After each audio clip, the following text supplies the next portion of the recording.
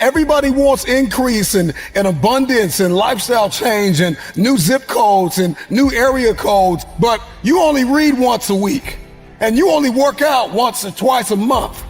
And so the reason why you don't have what it is that you see, the reason why what's in your head is not in your hands, it's not your reality, it's because your perspective opposes your potential. You don't have it because you don't see the value in it.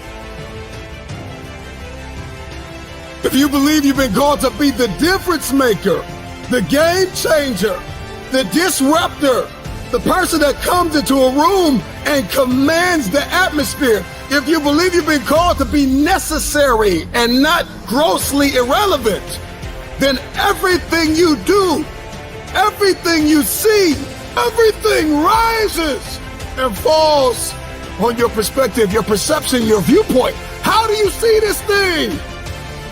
What happens when your perspective, your perception diametrically opposes your reality? If you are going to give and grow and evolve and attain and become, everything rises and falls on your viewpoint. Show me somebody that hates to work out, and I'll show you a man that almost lost his life, and the doctor said, if you don't work out, you'll die. One sees it as cumbersome. One sees it as a problem. Another one sees it as a privilege. He sees it as his second chance, his new lease on life, that I have to work out. I get to work out. I get a chance to live a little longer. So one person sees the gym as a prison, and another person sees the gym as a passport. One man came within inches of losing his life, and another man has never come within 100 miles of losing his life, and he only works out twice a month, and somebody else works out 4 or 5 times a week. The reason why you only do it once or twice a month is because you don't see the value. Your viewpoint is either your advantage or your assassin. Your viewpoint will either get you going or get you killed. I must work out X amount of times a week. I must forgive. I must evolve.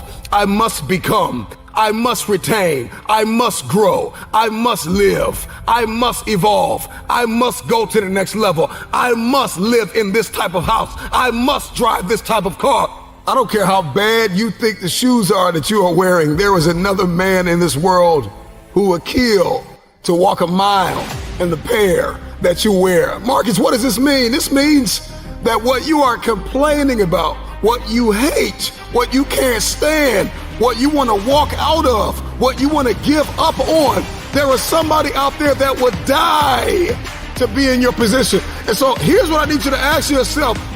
Is this problem an issue or is it an opportunity? Some of you, all you've been waiting for your whole life was an opportunity. What if losing your job was the opportunity? What if the divorce is an opportunity? What if the bankruptcy is an opportunity? What if the one you love was an opportunity for you to reconnect with somebody and forgive them? I need you to see the bigger picture. I need you to have a little gratitude. You need to learn how to smile. You need to work out. I know you hate the gym. I know you hate to lift weights. I know you hate cardio. I know you don't like drinking water. I know you don't like taking care of your temple. You think it's the hardest thing to do in the world to commit.